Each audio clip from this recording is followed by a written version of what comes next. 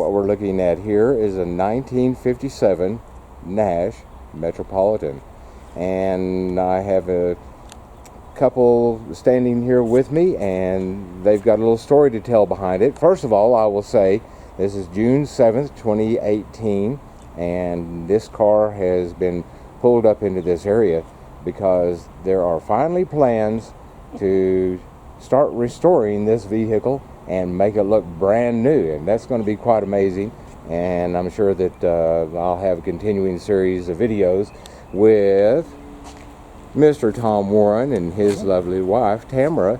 I don't know how much work Tamara's going to be doing on it, but Tom and Tamara, why don't you Tamara, why don't you begin telling the story of how this car came into being? Sure. Tom and I were dating, and this was probably 92, somewhere in there, or very early 90s. And I was about 19 years old, and I just gave away my age.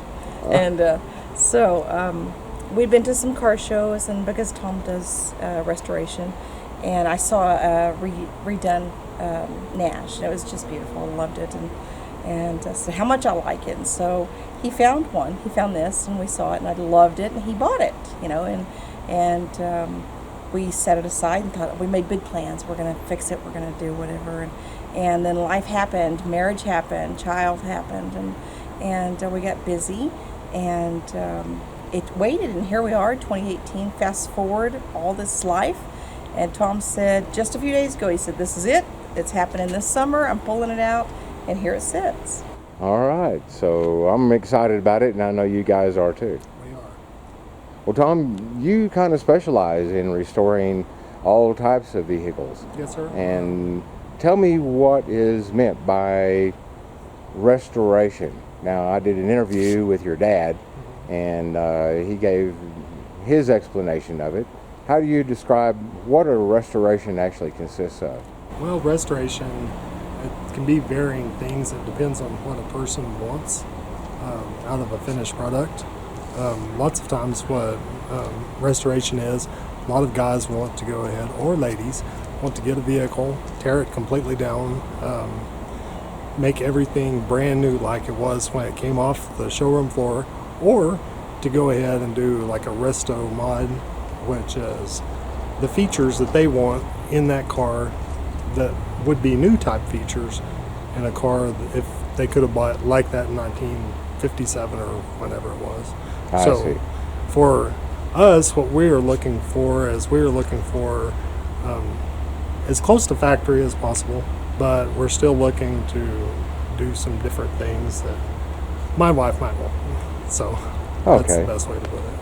All right, interesting. Like USB ports for charging phones? Yes, most definitely.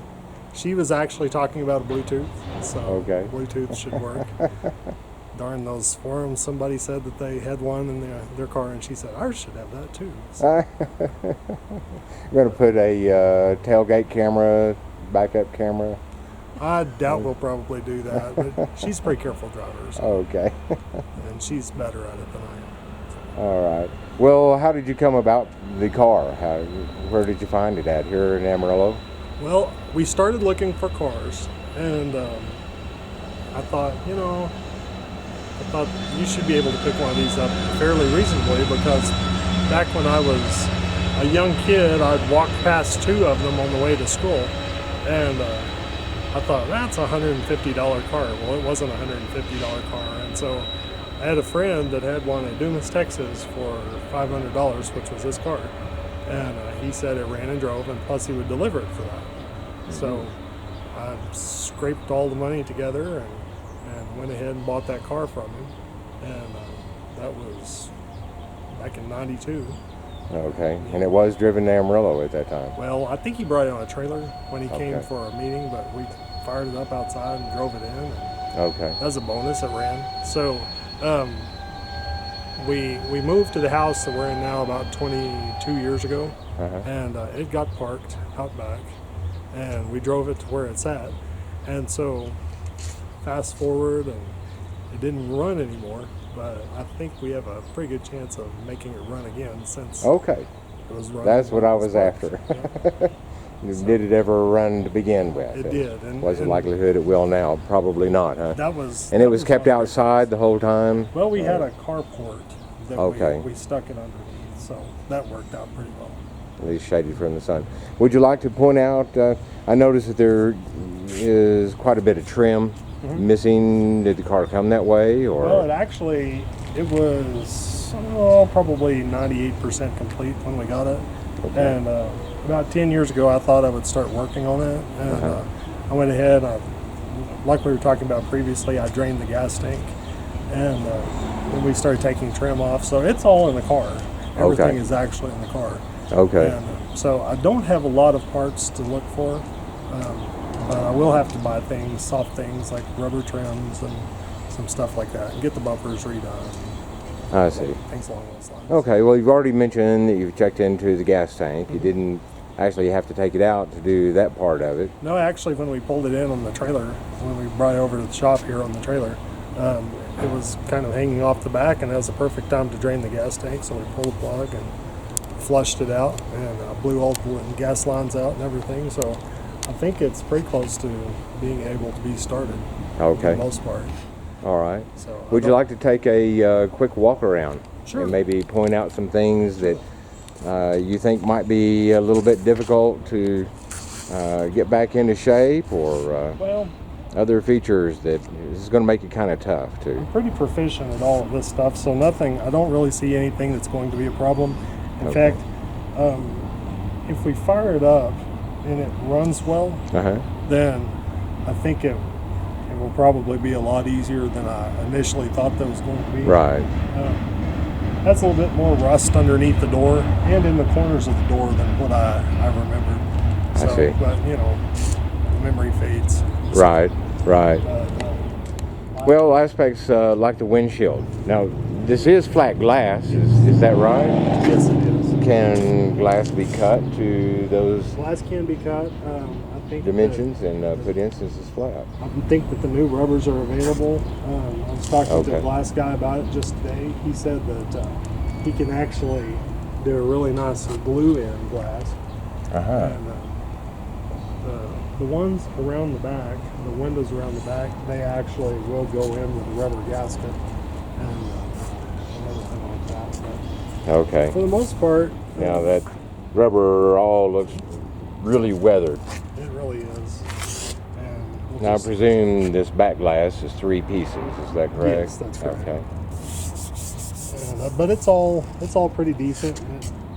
When we start working on it and start cleaning it up, and has any scratches, we'll polish all of that out and everything. So, but for the most part, everything is pretty solid and pretty well there.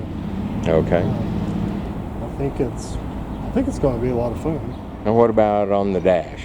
One thing that irritates a lot of people when they go looking for new or used cars Yes. is that many times knobs are missing off the radio or off of the heater controls, that type of thing. Yes. How big of a pain is it going to be or are they in good shape? I haven't Well, looked in there. I'll have to go up to look at it.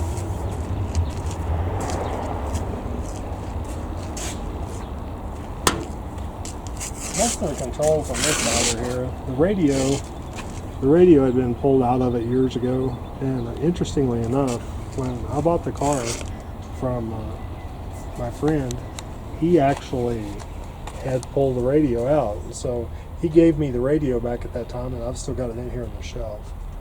And so that's not going to be a really big deal. And that would be a tube type radio, wouldn't it? Yes, sir. And we've got a friend that does a lot of radio restoration. I thought about taking it over to him, but I don't know if he can put a Bluetooth in it. So I'm gonna ask him and see Yeah. what he has the ability to do. But Okay. it's got a little bit of rust in the floors, as you can see. There's a little bit right there where your feet would go, and Oh yeah. some different things like that. And when I had it up on the trailer last night, draining the gas out, I was underneath it, and there were a few little rusty patches back there behind the seats that'll have to be addressed. So I see. Now, is that a starter button up on the firewall there, or is that the dimmer switch. I'll digress on that. I'll back up. I don't know if that's a starter button or if he might have had it set up as a mock horn button or something like that. But these Metropolitans, they had a kind of a pull starter thing on them. And I can't remember exactly which one of these knobs it was. But It's possible it had a manual choke yes, sir, it has that. right there by the ignition switch, maybe. If I can find it there. There we And go. I never got any keys with it back years ago, so we'll have to be messing with that. But vacuuming dirt out of the bottom of the doors, and it's just Right. one of those things. We'll start and see where we end up. Now, what about the weather strips around your All of that doors there? stuff is supposedly available. Okay. I manufacture a lot of rubber parts for Diamond T trucks, which we'll probably be talking about later. So, rubber parts, for the most part, none of it's really a big issue. Probably go through the Met guys to buy the window gaskets and things like that. No Right. reason to reinvent the wheel. Right. And window scrapers, are they have all generic that enough? stuff. Or I actually stock all of the window scraper type stuff, and a lot of the rubbers around the doors, they're just like a universal type of stuff. So okay. really a lot of the things that would be the most difficult would be like the rear window gaskets and stuff like that. Okay. And there are a variety of places that sell a lot of Metropolitan parts.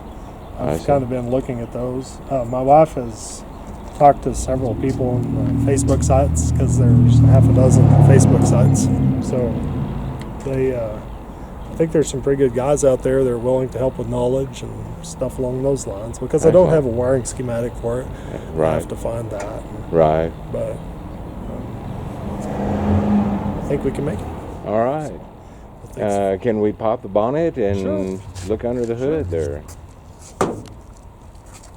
See what kind of a power plant we've got. It's not a beauty. It's been sitting for years, but Lots of room to work in this engine, or to work on this engine in this actually engine is. compartment. And the radiator is bigger than the one in my Jeep CJ7.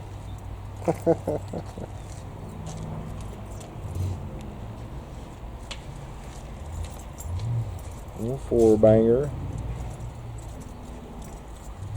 I really love the old 60s/70s spark plug wires. Are these the illuminated type? It looks like they are. Is that an oil bath breather, air breather, do you Yes, sir. think? Yes, sir.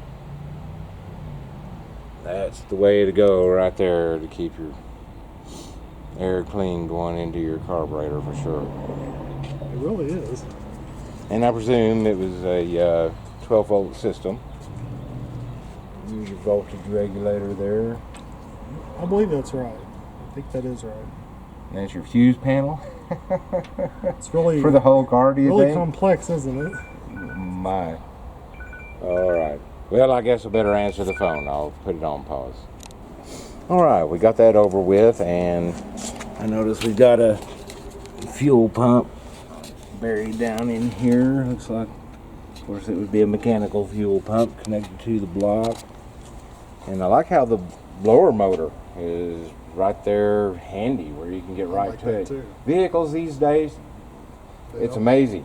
I have a friend that was looking at a Cadillac, and it had a bad blower motor in it, and you actually have to take loose the North Star V8 in it and move it back Just for the blower motor. to access the blower motor. Yeah, that's got to be run a pretty penny to change out a heater blower motor. Oh, and I looked at this little tag here. It's upside down now, but these are all patents.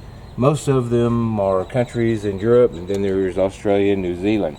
So you were mentioning earlier that more than likely these cars were assembled and manufactured in Great Britain Yes, sir. and then brought over to the United States They were for the Nash Motor Company. That's correct. They were actually made in England. So Okay. these are English vehicles. All right. So would the nuts and bolts all be metric at that time? That was before. Well, I used a couple of metric ones last night, so. Okay. But So they got an early start on the Yeah. metric system, and then there's a couple of tags over here. This has got American Motors Corp on there.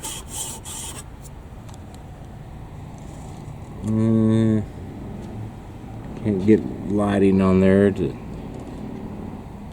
Even eyeballing is very hard to make out, but those are stamped numbers in there. There's a body number, chassis number, I after suppose. we spend about 2 or 3 more hours washing some dirt off of it, we might be able to see some more Yeah, yeah. interesting stuff. Well, this is definitely a work in progress, and you're just getting started. Uh-huh. And we might even find some information out about this little 4-banger engine and how much displacement it has in it. You going to put a turbocharger on it, do you think? Probably not, no. No, I understand. this will get enough in the way of tickets by itself. All right. Okay, well, if there's nothing else you think that is Well, I'll see you on a you'd future like to update. cover, okay, we'll do that. Now, I'm sure in the background, Yes. a lot of the viewers have been seeing other vehicles Yes, sir. around here. Possibly this one in here. This is a project that one of your friends is undertaking, Yes, sir. and old Pontiac there. But actually, you and your father have been specializing in Diamond T trucks Yes, sir. of all types for many years. Yes. And there's one close by that's Yes. in one state of restoration. As we walk over there, would you like to talk a little bit Sure. about the Sure. Well, this is a 1949 model Diamond T 201 pickup. okay, And this one we actually picked up in New Mexico recently. It was one that was for sale on eBay. And these are really primarily what we like to work on. Really familiar with that. I make all of the rubber parts. I have everything soft for this truck, and lots of other hard parts and things like that too. So a friend of mine actually went in with me on that. He wanted the rear fenders off of it.